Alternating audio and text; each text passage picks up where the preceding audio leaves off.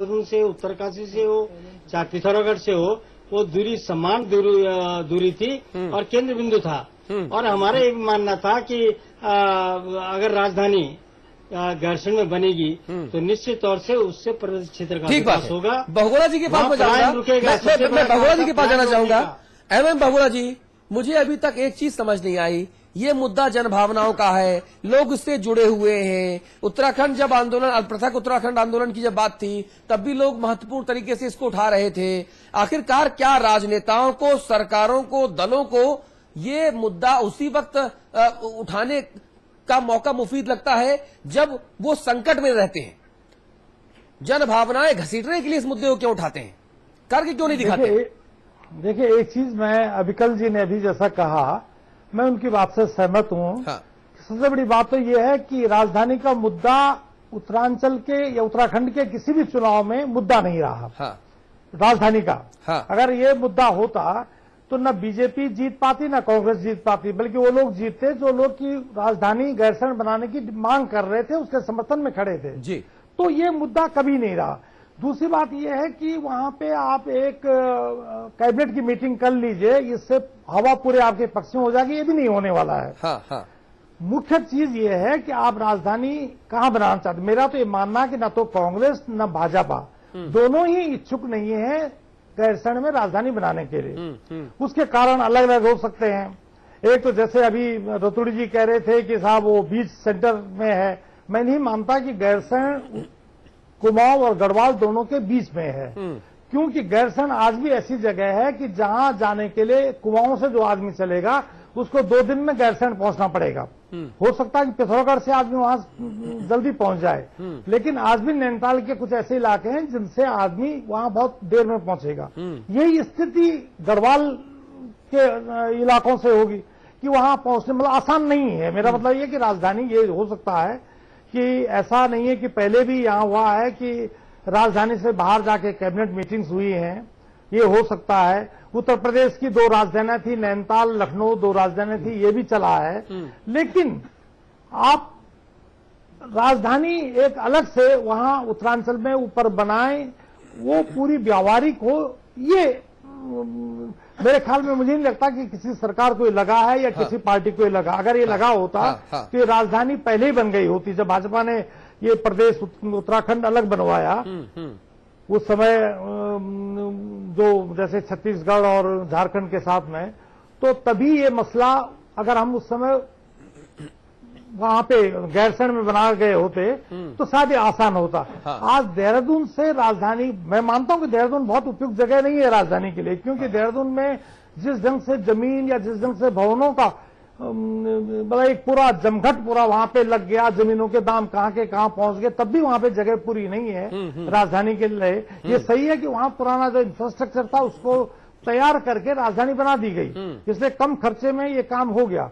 लेकिन गैरसैंण में अगर आप वाकई में करना चाहते थे तो इसके लिए कोशिश पहली सरकार से ही होती जी। लेकिन ना वो इच्छुक थे ना इच्छुक है। दूसरी बात है कि ध्यानी साहब, आपकी सरकार जब केंद्र में थी तब राज्य का निर्माण हुआ, तब से लेके अब तक, तब भी आप सरकार में थे, बीच में भी आपने सरकार रही, मुख्यमंत्री बदले, लेकिन राजधानी बदलने की इच्छा शक्ति दिखाई नहीं गई, क्यों?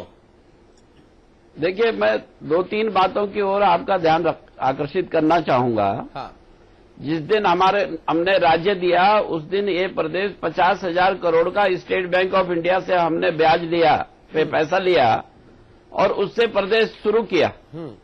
राजधानी बनाने के लिए एक इंफ्रास्ट्रक्चर तैयार करने के लिए हजारों करोड़ रुपए की जरूरत होती है, और जल्दबाजी में जहां जितनी सुविधाएं थी वो देहरादून में उपलब्ध थी, इसलिए देहरादून में अस्थायी राजधानी बनाई गई और अस्थायी राजधानी के लिए एक आयोग हमने गठित किया। उस आयोग ने अब फाइंडिंग दी। हमारे ये जो दूसरा कार्यकाल था, 13 महीने के पहले कार्यकाल में हमने एक आयोग गठित किया, दूसरे कार्यकाल में उसने अपनी फाइंडिंग दी और दूसरे कार्यकाल के आखिरी 4-5 महीनों में वो फाइंडिंग दी। वो फाइंडिंग्स अब इस सरकार के पास है। इस सरकार को अस्थायी राजधानी ये सरकार नहीं तय कर पाई। हाँ। और अस्थायी पहले कर रहे हैं। अस्थायी पहले होती है, अस्थायी तब होती है। ये सरकार का अजीब रवैया है। अस्थायी राजधानी आप बना नहीं पाए। सरकार तो आपकी भी थी ना ध्यानी जी, जो बातें आप कह रहे हैं वही सवाल तो आपसे आपके ऊपर खुद से उठते हैं। नहीं, मैंने कहा ना, हमारी एक टाइम लिमिट होती है हर चीज की। हमारी सरकार, मैंने कहा 50,000 करोड़ के ब्याज पे पैसा मुझे आपकी बात समझ नहीं आ रही। आपकी सरकार उसी सिस्टम पे काम करती है तो उसकी टाइम लिमिट होती है। जो दूसरी पार्टी की सरकार आती है उसको आप टाइम देना ही नहीं चाहते। ये मामला समझ नहीं आ रहा मुझे। अरे साहब, मैं ये बोल रहा हूँ, हमारे दूसरे कार्यकाल के आखिरी 4 महीनों में वो फाइंडिंग्स थी विधानसभा के पास। वो फाइंडिंग्स जो राजधानी आयोग था उसकी फाइंडिंग्स हैं। उस पर निर्णय पहले लेना चाहिए कि राजधानी कहाँ बनेगी। अविकल जी, इस पूरी चर्चा के दौरान अविकल भाई अलग अलग मत हमारे सामने आए। कुछ कहते हैं कि गैरसैंण राजधानी नहीं बनाई जानी चाहिए क्योंकि वो बन नहीं सकती, क्योंकि वो भौगोलिक स्थिति से जो डेमोग्राफिकल कंडीशन, जियोग्राफिकल कंडीशंस हैं, वो इसकी परमिट नहीं करती कि साहब आप उसको गैरसैंण को राजधानी बनाइए। मुझे बताइए, क्या गैरसैंण वाकई राजधानी बन सकती है? अगर हां आपके साथ, चूंकि आप ग्राउंड जीरो पर मौजूद हैं, तो इसके नफा नुकसान क्या है? देखिए, गैरसैंण में अगर राजधानी बने तो उसका सीधा सा जो हमें जो लाभ हो रहा है उत्तराखंड को, वो ये है कि उस जगह पे बैठ के पूरी सरकार, पूरी सरकारी मशीनरी एक वृद्ध रूप में पूरा उत्तराखंड का समग्र अवलोकन कर सकती है। ठीक है। अभी तक देहरादून में क्या हो रहा था कि देहरादून में जो चीजें हुई वही लखनऊ में हो रही थी। तो आम जनमानस या बाकी जितने भी लोग हैं वही उनका मानना ये था कि इससे तो लखनऊ ही हमारे लिए ठीक था। कम से कम 4 काम तो हो जाते थे। हाँ। यहां तो वो स्थिति भी नहीं है। तो जो गैरसैंण का जो संदर्भ है या गैरसैंण को हम जो लेके चल रहे हैं, अब वो मनराज साहब ने जो अभी लखनऊ से बैठ के कहा कि वो नहीं हो सकता, होने को बहुत कुछ हो सकता है। जितने भी हिमालयी राज्य हैं उनकी कैपिटल आप देखिए, वो सब 5,000 फीट की हाइट पर है। हाँ। JNK में जम्मू भी है और श्रीनगर भी है। शिमला को भी देखिए आप, ये सब पहाड़ी इलाके हैं। और मुझे जो लगता है कि हिमाचल में जो शिमला, जो अगर शिमला की बजाय वो नीचे की उस पर आ जाते लोअर हिमाचल में, तो वही विसंगतियां पैदा होती जो उत्तराखंड में पैदा हो गई है। मुझे ऐसा लगा वहां परमार मिले और हाइट थी, शिमला था, एक अपना परिवेश मिला, जानकार लोग मिले, विशेषज्ञ मिले, करीब से देखी चीजें, तो वो एक नीति बनाने में सफल रहे। हाँ। अब उत्तराखंड में क्या है कि देहरादून में बैठ के जब एक रात में आप 4-4 विश्वविद्यालय खड़ा कर सकते हैं, सिग्नेचर हो सकते हैं। एक दिन में जब आप हाइड्रो पावर प्रोजेक्ट के लिए आप 24 सिग्नेचर एक दिन में करवा सकते हैं। हाँ। तो गैरसैंण को स्थायी राजधानी घोषित करने में क्या देरी है? उसमें इफेक्ट बैठ की तो कोई बात ही नहीं होनी चाहिए। जी। बहुगुणा जी, दीक्षित आयोग ने भी कहा कि साहब गैरसैंण को राजधानी बनना चाहिए, स्थायी राजधानी बनना चाहिए। और अविकल भाई जो बात कह रहे हैं वो बात बहुत मुफीद लगती है कि जब आप उस परिवेश में रहेंगे नहीं, जिन लोगों को नीति बनानी है, जब वो उस परिवेश में रह के नीति बनाएंगे नहीं, समझेंगे नहीं जरूरतें क्या हैं, तो फिर नीति कैसे बनेगी? ये तो ठीक वैसे ही हुआ कि आप एयर कंडीशन कमरे में बैठकर क्रिकेट की पिच कैसे बनेगी ये तय कर लीजिए। अरे आपको वहां जाना पड़ेगा, मैदान की दशा देखनी पड़ेगी कि साहब यहाँ पे पिच कैसी होनी चाहिए, बॉल कितनी हाइट पे आएगी, यहाँ की मिट्टी कैसी है, घास कैसी है, माहौल कैसा है, ये समझना पड़ेगा। बहुगुणा जी, सवाल मेरा आपसे है। जब आप रिपीट कर पाएंगे? जी, मैं आपसे ये जानना चाह रहा था, दीक्षित आयोग ने भी कहा कि गैरसैंण को राजधानी बनाया जाना चाहिए। अविकल भाई जो कह रहे हैं बहुत मौजूद और बहुत मुफीद बात कह रहे हैं कि आप जब तक उस परिदृश्य में, उस माहौल में, देश काल परिस्थिति वातावरण में होंगे नहीं, तो आप ये कैसे समझ पाएंगे कि यहां पर जरूरत क्या है? आप पर्वत विकास की बात करते हो, आप पहाड़ी क्षेत्रों के विकास की बात करते हो, लेकिन आप प्लेन में बैठे हुए हो, आप पूरी राजनीति प्लेन से चला रहे हो। आप समझोगे कैसे कि पहाड़ी इलाकों में बसने वाले लोगों की जरूरतें क्या हैं, उन्हें चाहिए क्या आपसे?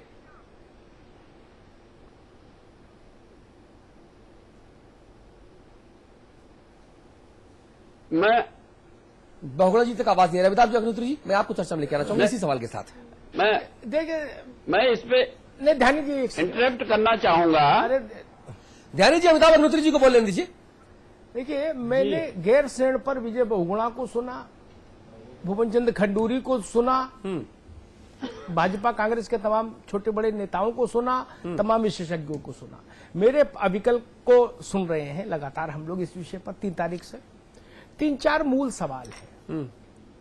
पहली बात तो मैं ये कहूं कि नेता की नीयत कैसी है, हुकूमत उससे चलती है। जवाहरलाल नेहरू के लिए जरूरी नहीं कि जवाहरलाल नेहरू फर्रुखाबाद के मोहम्मदाबाद तहसील में बैठ के शासन चलाएंगे तो भी ठीक शासन चलाएंगे, दिल्ली में बैठ के भी अच्छा शासन चला लेंगे। नेता योग्य होना चाहिए, ईमानदार होना चाहिए। एक दूसरी बात मैं कहूंगा, गैरसैंण के प्रति प्रकाश सुमन ध्यानी और विजय बहुगुणा की पार्टी दोनों में अगर जरा भी मोहब्बत होती, ध्यानी जी ने इश्यू को दूसरा रंग दे दिया कि कर्जा लेके तो प्रदेश बनाए, कैसे राजधानी बना देते वहां।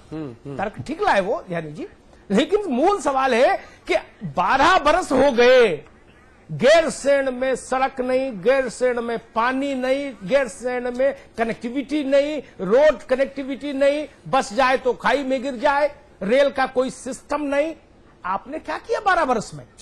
आपको 2027 में भी अगर गैरसैंण को राजधानी बनाना था, 14 की बात नहीं कह रहा हूं, क्योंकि मुझे पता है विजय बहुगुणा ने जो 14 की बात कही उसके पीछे मंशा क्या है, वो भी मैं समझता हूं। अगर 27 में भी बनाना था ध्यानी जी, बहुगुणा जी, रतूड़ी जी, मनराल जी, तो भी उसकी तरक्की तत्काल पहले दिन से शुरू होनी चाहिए थी उस इलाके की। क्या किया उस इलाके के लिए बताइए? शहीदों को शत-शत नमन, मुख्यमंत्री उत्तराखंड और फोटो लगा देने से शहीदों को नमन हो जाएगा क्या? इसलिए जान दी गई थी? आप किसको आंखों में धूल झोंकना चाहते हैं? क्या देहरादून से फाइलें उठ के जाएंगी? छोड़ दीजिए अंग्रेजों की बात कि अंग्रेजों ने क्यों नैनीताल और लखनऊ 2 जगह रखा था कामकाज। ये अंग्रेजी राज्य नहीं है, व्यवहारिक असुविधा है। उत्तराखंड छोटा राज्य है, उसके पास आर्थिक संसाधन नहीं। ध्यानी जी कह रहे थे 50,000 करोड़ कर्जा लेके शुरू किया, तो आज भी उत्तराखंड कौन सा फल फूल रहा है बहुत अच्छा आर्थिक दृष्टि से। क्या इतना आर्थिक बोझ सहने की स्थिति में है? मैं फिर कहूंगा, राजधानी बनाने की मंशा अगर आप लोगों के जहन में होती तो आप लोगों ने उस पर्वतीय क्षेत्र के विकास के बारे में सोचा होता। नहीं सोचा, और आप लोग उस पर्वतीय समस्याओं के प्रति ईमानदार नहीं है। ये शब्द पूरी जिम्मेदारी से कह रहा हूं। उसका एक प्रतीक ये है कि आप सब लोगों ने अपने अपने मकान तक तो प्लेन में शिफ्ट कर दिए। कोई बड़ा अधिकारी, बड़ा नेता, बड़ा आदमी उत्तराखंड का रहना नहीं चाहता, वो ऊपर डॉक्टर जाना नहीं चाहता, मास्टर पढ़ाना नहीं चाहता। क्या स्थिति है वहां?